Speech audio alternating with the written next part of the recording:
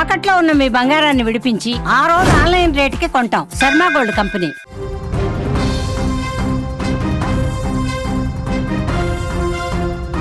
కాకినాడ జిల్లా సామర్లకోట మండలం వేట్లపాలెంలో భారీ పేలుడు సంభవించింది. అక్కడి ఒక బాణాసంచా తయారీ కేంద్రంలో ఒక్కసారిగా మంటలు చెలరేగడంతో భారీ ఎత్తున శబ్దంతో పేలుడు జరిగింది. ఈ పేలుడులో 18 మంది అక్కడికక్కడే సజీవ దహనమయ్యారు. మరొక 15 మంది పరిస్థితి అక్కడ ఇంకా వాళ్ళు గల్లంతై ఉన్నారు. ఇంకొక 15 మంది ఆచూకీ తెలియాల్సి ఉంది. ప్రస్తుతం అక్కడ భీతావాహ పరిస్థితి కనిపిస్తోంది. ఎవరైతే పేలుళ్లలో తీవ్రంగా గాయపడ్డారో, మంటల్లో కాలిపోయిన వాళ్ళని బస్తాల్లో మోసుకెళ్ళిపోతున్నారు. వాళ్ళు అరుస్తూ ఏడుపులతో పెడబొబ్బులతో దద్దరిల్లిపోయింది. ఆ ప్రాంతాన్ని మీరు వీడియోలో చూడొచ్చు, నా పక్కనే కనిపిస్తున్న దృశ్యాల్లో చూడొచ్చు. అక్కడ పొగలు అలుముకున్న ఆ ప్రాంతాన్ని చూస్తే అక్కడ పరిస్థితి ఏందో మీకు చాలా స్పష్టంగా కనిపిస్తుంది. అంతేకాదు ఇంకొక 15 మంది వరకు ఆచూకీ తెలియాల్సి ఉంది. ఈ పేలుడు జరిగిన సమయంలో అక్కడ 40 నుంచి 50 మంది వరకు ఉన్నట్టుగా తెలుస్తోంది. ఇది బాణాసంచా తయారీ కేంద్రం. వేట్లపాలెంలో బాణాసంచాను తయారు చేస్తున్నప్పుడు జరిగింది ఈ ప్రమాదం. అంబులెన్సుల ద్వారా గాయపడ్డ వారిని స్థానిక ఆసుపత్రికి తీసుకెళ్తున్నారు.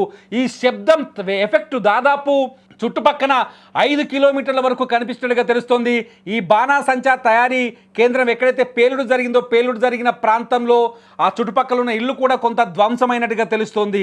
పూర్తి వివరాలు మా ప్రతినిధి కాకినాడ నుంచి అనుశ్రీ అందిస్తారు. అనుశ్రీ, అసలు ఏం జరిగింది, అసలు ప్రస్తుత పరిస్థితి ఏంటి అక్కడ?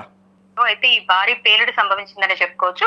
ఓ బాణసంచా తయారీ కేంద్రంలో పేలుడు జరిగింది. అయితే భారీగా మంటలు మాత్రం ఎగిసిపడుతున్నాయి. ఇప్పటికే దాదాపు 30 మంది సజీవ దహనం అయినట్లుగా తెలుస్తోంది. మరో 5గురిని మాత్రం ఆసుపత్రికి తరలించారు. అలాగే ఈ ఘటన జరిగినప్పుడు లోపల 40 నుంచి 50 మంది కార్మికులు పనిచేస్తున్నట్లుగా కూడా చెబుతూ ఉన్నారు. అసలు ఎంతమంది అనేది అయితే ఇంకా ఒక క్లారిటీ అయితే రాలేదు. కానీ పేలుడు సంభవించిన ప్రదేశానికి మాత్రం ఇప్పటికే ఫైర్ సిబ్బంది, అలాగే పోలీస్, రెవెన్యూ తదితర రెస్క్యూ టీంలన్నీ కూడా చేరుకున్నాయి. ప్రస్తుతం సహాయక చర్యలు కూడా ముమ్మరంగా చేస్తున్నారు. మంటల్ని అదుపు చేసేందుకు ఫైర్ సిబ్బంది అయితే ప్రయత్నిస్తున్నట్లుగా కనిపిస్తా ఉంది.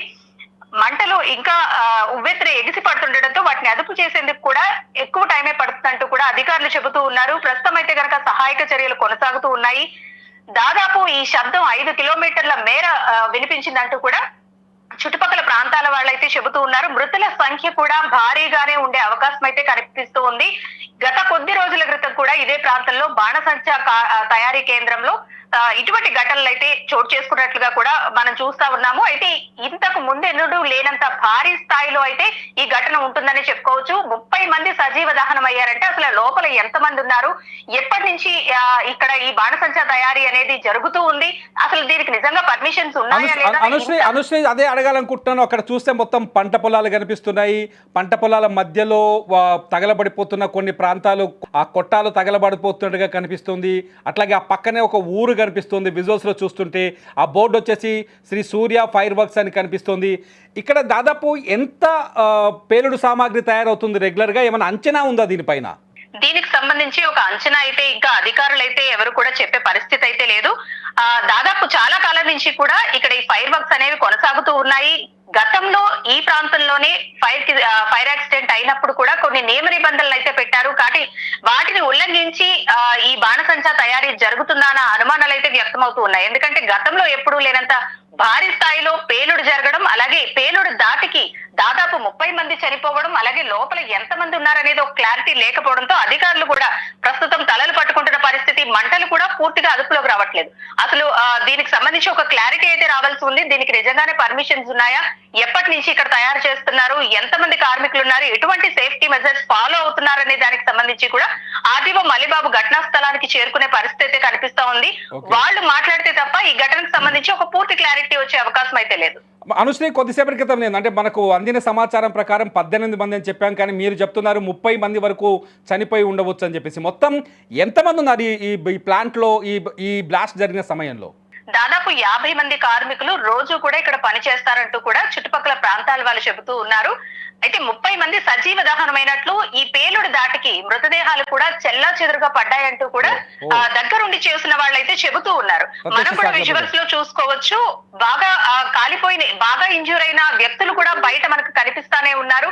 అలాగే చాలా మంది అంటే పేలుడు దాటికి ఈ మృతదేహాలు ఉవ్వెత్తున ఎగిసిపడుతున్న మంటలలోంచి బయటకు పడడం అయితే చాలా మంది ప్రత్యక్ష సాక్షులు చూసామంటూ కూడా చెబుతూ ఉన్నారు. ప్రస్తుతం అయితే కనుక ఈ మంటలైతే అదుపులోకి వచ్చే పరిస్థితి కనిపించడం లేదు. పూర్తిగా మంటలు అదుపులోకి వచ్చిన తర్వాత ఎంతవరకు ప్రాణ నష్టం జరిగింది, ఎంతవరకు ఆస్తి నష్టం జరిగింది, దీనికి సంబంధించి ఎటువంటి సేఫ్టీ మెజర్స్ లేవా అనేవి కూడా ఒక క్లారిటీ వస్తుంది. ఎందుకంటే ఇటువంటి బాణసంచా తయారీ కేంద్రాలు ఉన్నప్పుడు పూర్తిగా సేఫ్టీ మెజర్స్ ఫాలో అవుతూ ఉంటారు. ఒక చిన్న స్పార్క్ వచ్చినా సరే చుట్టుపక్కల నుంచి వాటర్ స్ప్రింకిల్ అయ్యే విధంగా కూడా ఇక్కడ ఒక సిస్టమ్ అయితే ఏర్పాటు చేస్తారు. ఫైర్ సేఫ్టీ మెజర్స్ కూడా ఫాలో అవుతూ ఉంటారు. కానీ ఇంత దారుణంగా ఇంత భారీ విస్ఫోటనం జరిగిందంటే అటువంటివేమి వీళ్ళు ఫాలో అవుతున్నారా లేదా అనేది మరికొద్ది సేపట్లో క్లారిటీ వచ్చే అవకాశం ఉంది. అనుశ్రీ, అప్డేట్స్ కోసం ఎప్పటికప్పుడు మిమ్మల్ని సంప్రదిస్తూనే ఉంటాం. ఈ అప్డేట్స్ సంబంధించిన పూర్తి సమాచారాన్ని సేకరించండి.